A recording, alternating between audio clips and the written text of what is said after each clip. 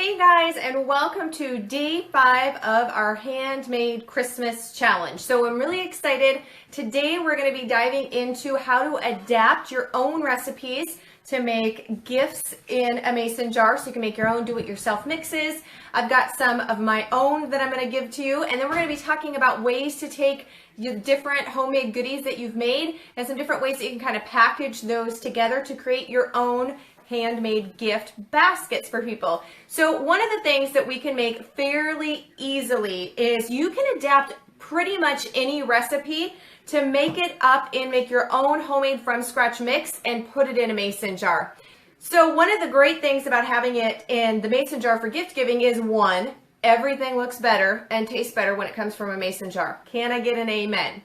2, you can do it totally from scratch, so it's very frugal. It's also a lot healthier than a lot of the mixes that we're buying in the store. You're not using hydrogenated oils, a lot of the processed chemical, different ingredients that can be in them sometimes. And if you've got anybody with allergies, different food sensitivities or food allergies on your list, this is a great way to get it to them. So if you are say you've got some favorite family recipes, and this is one of my favorite things about cooking from scratch and giving gifts at Christmas time. And that is to take your favorite family recipes, and this is especially helpful for, say, newlyweds, maybe kids that have just moved out on their own, or people who love your family recipe and you want to teach them how to make it and you want to pass on that recipe. Because unfortunately, a lot of times in families, we will have memories of grandma or great aunt so-and-so making things, and we maybe didn't ask them for the recipe.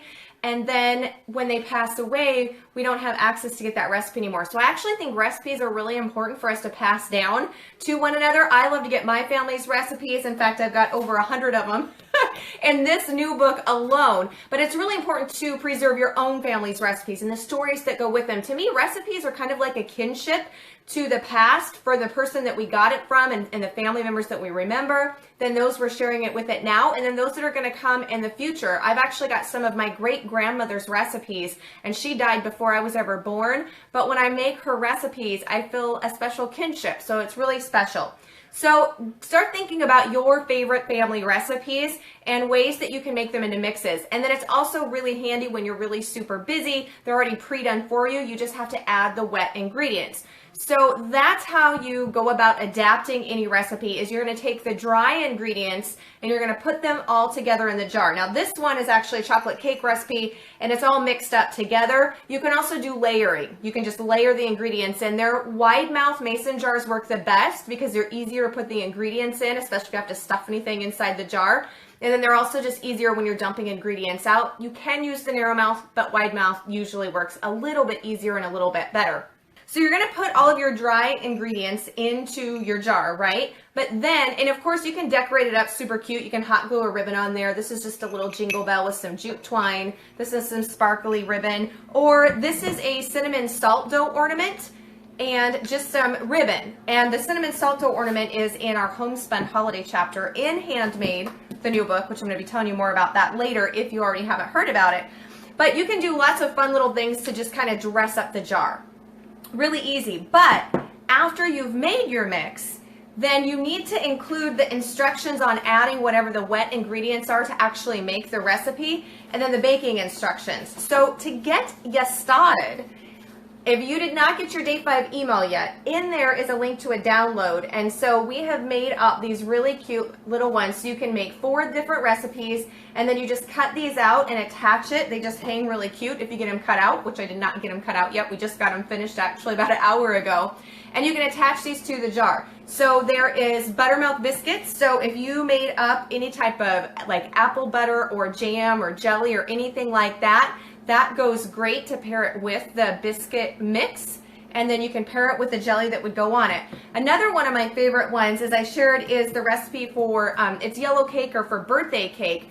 But one of the really fun things to do too is when you're making a cake is to use up some of those different fruit butters or jams or jellies and use that if you're doing a layered cake in the center. So I also like to go ahead and give a jar of jam or jelly works great. And that way, a lot of us are canning up the harvest right now, right? We're preserving it. So it's kind of fun to give some different gifts that you can use it with and they can make to take those homemade gifts even further. So I shared 4 recipes, and they're all brand new recipes that are out of the book right here. So I've got a from scratch yellow cake mix, a chocolate depression era chocolate cake, which I'm super excited about, flaky buttermilk biscuits, and then this is another fun one that you can do, and it's your own homemade popcorn seasoning. Now, we love popcorn here at my house. We have popcorn at least once a week. In fact, I had just refilled up our popcorn canister. I had to get more popcorn. But you can also do a smaller jar, or if you're very generous, you can give a big old half-gallon jar of popcorn with a jar, and you can make it bigger than this. This is just what I happen to have left of the popcorn seasoning,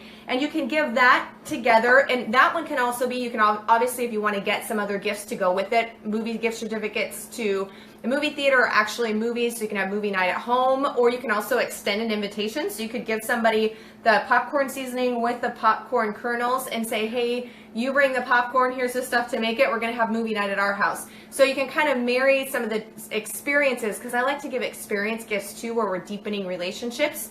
You can do that as well.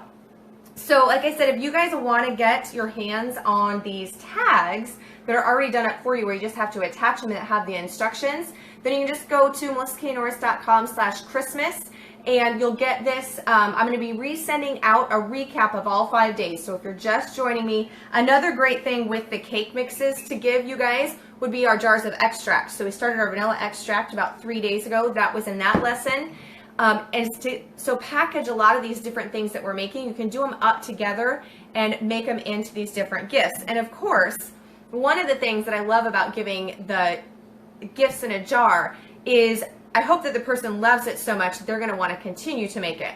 So what's really handy is I always like to give, and yes, this is totally a shameless plug for my book because it's brand new and it's filled with awesome recipes, is to give them a copy of the book that it came from. So you can give them a copy of the cookbook, and then they can actually make all the other recipes themselves. They can try that one out.